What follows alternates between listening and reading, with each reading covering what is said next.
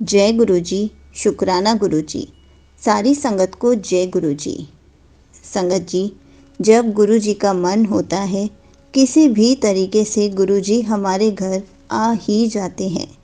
गुरु जी हमें अपनी संगत बना ही लेते हैं।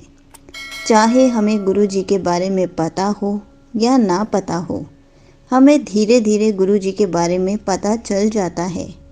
लेकिन जिस दिन गुरु जी ने हमें अपनी संगत बनाना है वो हमें बना ही लेंगे। गुरु जी ने टाइम फिक्स किया होता है कि हमें अपनी संगत कब बनाना है। इसी पर एक अंकल जी का सत्संग सुनाती हूँ जिन्होंने मुझे मेल किया था, और उनका सत्संग पूरा ज़रूर सुनिएगा। आपको भी बहुत सारे क्वेश्चंस के आंसर्स मिलेंगे, क्योंकि हमेशा कहा जाता है सत्संग सुनने वाले का भी कल्याण होता है, सुनाने वाले का भी कल्याण होता है। ये अंकल जी का पहला सत्संग है और शुक्राना सत्संग है। चलिए अंकल जी का सत्संग सुनाती हूँ। गुरु जी कब और किस रूप में आपको अपने साथ कनेक्ट कर ले, ये हम और आप कोई नहीं जान सकते। हम सारे बहुत लकी हैं कि इस कलयुग में गुरु जी ने हमें सेलेक्ट किया और अपनी संगत में मिलाया। गुरु जी की कृपा होने से पहले, और आप कह सकते हो कि गुरु जी से कनेक्ट होने से पहले, कभी सोचा नहीं था कि भगवान इतनी जल्दी सुनते हैं और जवाब देते हैं। बांके बिहारी जी का नाम ले लेकर मैंने अपनी फैमिली के साथ बहुत डिफ़िकल्ट टाइम देखा है। गुरु जी के बारे में मुझे मेरी बुआ जी ने बताया था। वो यूएसए से हैं और वो इंडिया आए हुए थे उस टाइम पे।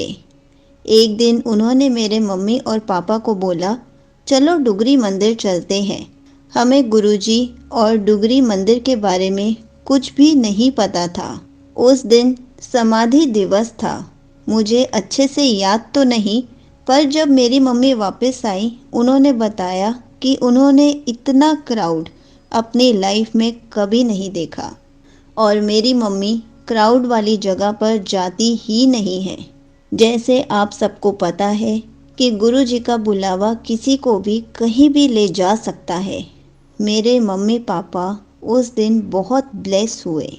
वापस आने के बाद जब बुआ जी ने गुरु जी की कृपा के बारे में बताया, उस टाइम मुझे गुरु जी के बारे में पता चला।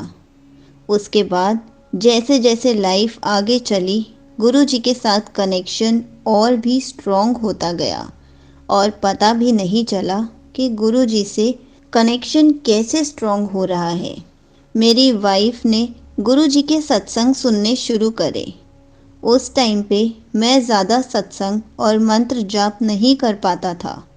मेरी वाइफ की एक्साइटमेंट देखकर कि वो सत्संग सुनती है, तो मुझे भी लगने लगा कि शायद मुझे भी सत्संग सुनने चाहिए। मेरी वाइफ ने मुझसे सत्संग सुनने के लिए कहा, क्योंकि गुरु जी की कृपा है। आप कह सकते हो कि ये गुरु जी का हुक्म ही है।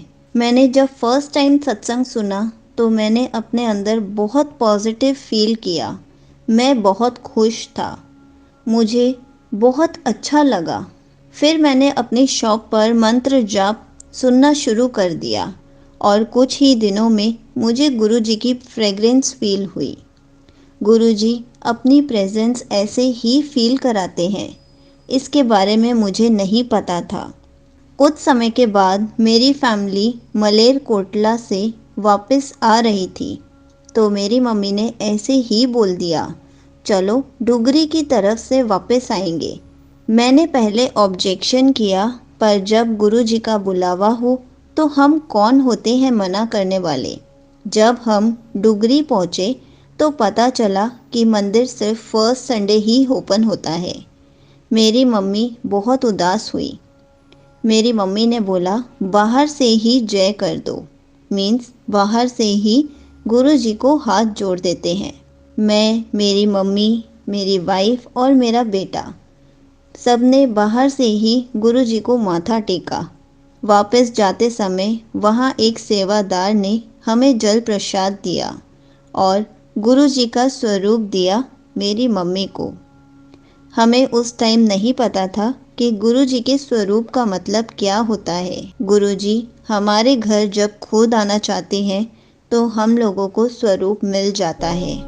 गुरुजी किसी भी तरीके से हमारे घर आ सकते हैं। हमने स्वरूप को फ्रेम कराया और उसके बाद गुरुजी हमारे घर में आ गए। ऐसे ही हम गुरुजी के साथ कनेक्ट हुए और ऐसे ही गुरुजी हमारे घर आए।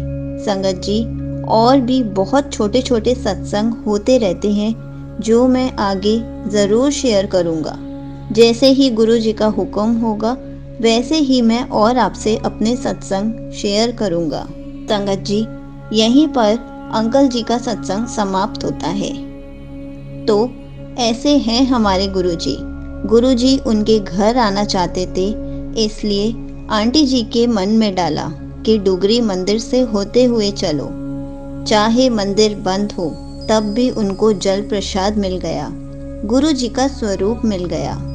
संगत जी, जब भी हम गुरुजी के मंदिर के आगे से निकले, चाहे वो डुगरी हो, छतरपुर मंदिर हो, गुरुजी के मंदिर के बाहर हाथ हमेशा जोड़ते हुए जाना चाहिए, क्योंकि हमेशा कहा जाता है जो गुरुजी के मंदिर के बाहर से भी निकल गया, गुरुजी उसका भी कल्याण कर देते हैं। इसलिए हमें हमेशा गुरुजी से बातें करते रहना चाहिए, गुरुजी के सत्संग सुनते रहना चाहिए।